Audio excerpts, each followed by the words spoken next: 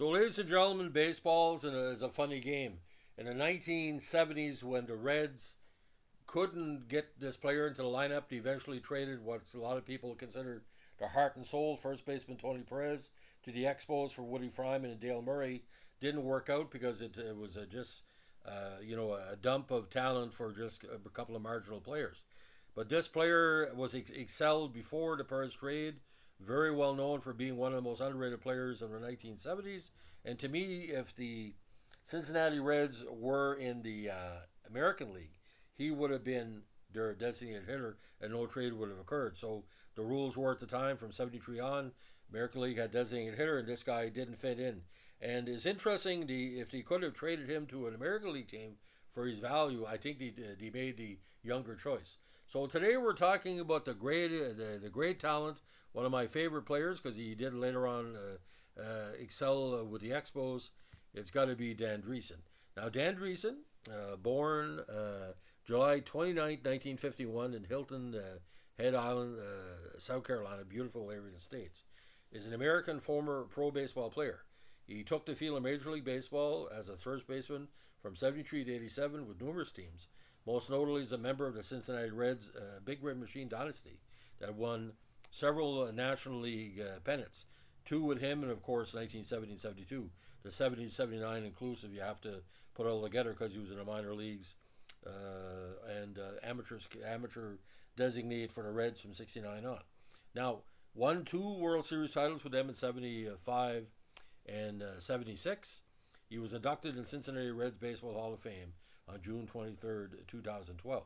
Now, born again in Hilton Head Island, one of 8 children, all raised by their mother, a widow who worked as a maid. His father unfortunately died when he was 6. He attended Michael C. Riley High School, which did not have a baseball team until his senior year. He then went to Hardeeville High School in Hardeeville, South Carolina, which also did not have a team, but he made a name for himself as a catcher with the town team.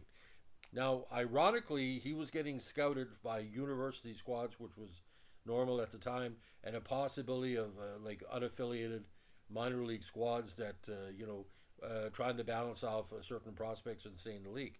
A lot of people were talking about it because good on the base paths, good defense, and a very, very easygoing guy, a team guy.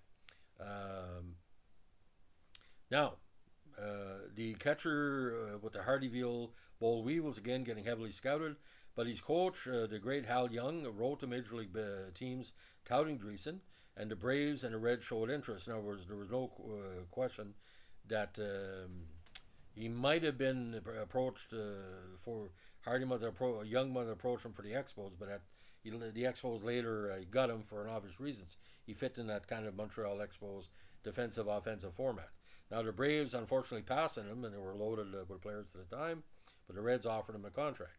He was signed by Cincinnati as an amateur free agent in '69, and he made his major league debut at the age of 21 on June 9, '73, in a 8-4 Reds win over the Cubs at Wrigley. Starting at third and batting sixth, he had 1 hit and 1 walk and 5 at-bats. His first career hit was a ninth-inning double off Jack Aker. Now, he had a productive rookie season, hitting .301 with 4 home runs and 47 runs batted in. Driessen received the nickname to Cobra during his rookie season because of his quick, lethal way his bat struck. And of course, Dave Parker, the other Cobra. But Driessen, again, the quick bat. We always talk about that. Matt Stairs and other proponents of the modern style of the quick bat. He became Cincinnati's starting for the third baseman in '74, but was soon replaced at that position when Pete Rose was shifted to third from the outfield and other positions he was playing. Now, part of the Reds' '75 World Series winning squad, he went hitless in 2 at-bats in the Reds' 7-game victory over the Red Sox.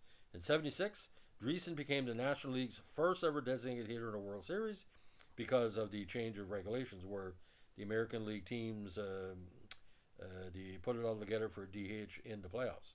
Although he went 0-4 in the series opener against the Yankees, overall he made the most of his opportunity by hitting .357 with 5 hits, including 2 doubles and a homer, and 2 walks and 16 plate appearances as the Reds swept the series for the second consecutive World Series crown. Now, he was the Reds' starting first baseman from '77 to '81 after the trade of Tony Perez, of course, to the Montreal Expos, which hurt the chemistry of the squad. He never got back to the World Series as part of the the dynasty, even though he made it in '79. His most productive year was in the magic year of '77. Of course, Foster and Seaver, as he hit 300 with 17 homers and a career high 91 run batted in, along with 31 stolen bases. He led the National League first base in that year in fielding and did it 3 times. He also led the NL walks with 93 in 1980. Now, he was traded in the middle of the '84 season to the Expos and saw significant playing time that year, as well as '85 for the Expos, and then, following an mid-season trade, the Giants. In '86, his playing time fell significantly, as for his third consecutive season, he played for 2 squads. The Giants, who released him on May 1st, and the Astros, who signed him on June 2nd. He was released after the season and signed with the Cardinals on June 9th, '87. Now, a big part of the Cardinals, platoon lineup towards their World Series run. He filled in at first base for the champion Cardinals, and his third World Series, he had 231 and 14 plate appearances. St. Louis fell in 7 games to the Twins, and shouldn't have, because the blown call in Game 6 cost him the World Series, there's no doubt. It was Driessen's final Major League season. Now, in 732 games over 15 campaigns, he had a .267 batting average with 153 home runs and 763 RBIs, 154 stolen bases, a .356 on base percentage, and a .411 slugging percentage.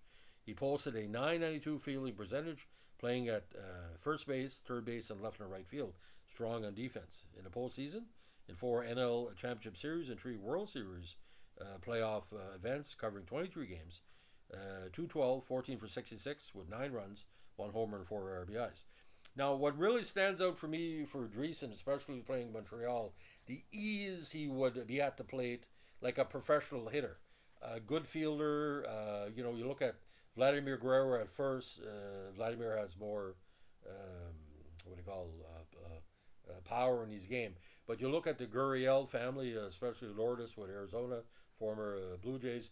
He's going to play good defense. Lourdes is still learning, but there's a lot of talent there. I would suspect he would have done a lot better in the American League, but I don't think the Reds were going. I don't remember them even ever trading in recent memory, in the 70s especially, within the American League.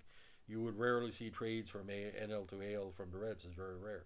Besides, I think Carbo. Now, Driessen has had a very, very productive life. He married his beautiful wife Bonnie in '76, and he raised 3 daughters. Now, in the early 1990s, the family decided to move back from Cincinnati to Hilton Head, where Driessen owns and operates Driessen's Excavating Services, and also has helped coach the great Hilton Head High School baseball team.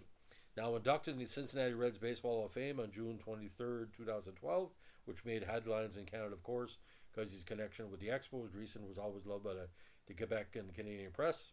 He is also the uncle of the very talented former major leaguer Gerald Perry. Now, Dan Driessen, I still remember this. I think it was either the '75 or '76 series. Either Tony Kubek or Gargiola mentioned about Driessen at the plate. He said, "This is one of the best players that should get more publicity. He needs a bigger chance." I think it was Game 3 in '76. A lot of the announcers plugged for this guy for obvious reasons, because he knew Perez was around for a while. But he was given a chance again. They won their division in '79.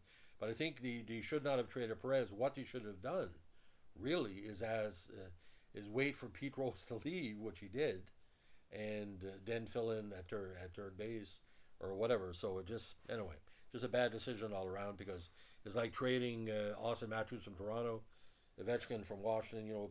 Perez wasn't a superstar, but he was pretty freaking close. I mean, the talent is there, and he would give you the shirt off his back to beat anybody. So, ladies and gentlemen, if you like what you're doing here, we're at our Cincinnati Reds podcast. Let us know to like, comment, subscribe, or share. By the way, I had to knock off a troller on the channel saying on my 1977 Reds podcast, I was incorrect and I didn't do enough research. Jesus fucking Christ. Tony Perez being traded was national news in Canada when I was an 11-year-old kid. My father came home, rushed in the house, driving through a snowstorm, turning to the French news. My mother was mad. She was watching the show. Dad said, Josephine, Tony Perez has been traded to Montreal. Of course, my mom was stupid at baseball. Who's Tony Perez? I go to Dad, Tony Perez traded to Montreal? Are you kidding? Did you ask that for Christmas? We couldn't believe it. We were talking we were going to win the World Series. We didn't, but we're a better team because of it. So this troller that came on and said, well, basically, blah, blah, blah, I had to bump him off. People come on the channel, like I said, don't troll me because I'm 41 years in as a sports editor. I've seen pretty everything else in baseball. I've had colleagues that are better at covering sports than I do, and I draw their stuff in. All I know is this, ladies and gentlemen. 72, right? Okay, 70, 72, 75, 76. Perez. Soon as we're traded, no more World Series, only one title. You do the math. That's research. You don't have to take it too much. But if you think you're coming on here and you're smarter than me, you trollers, too bad, so sad, get lost. It's like telling a Dallas fan, you know, Tony Romo was better than Roger Staubach. Don't work that way. You can't have revisionist history on this channel. So if you're going to come on giving a revisionist history, fuck off, go fuck yourself. But if you're here with sensibilities, welcome to the show. Have a good one. Bye.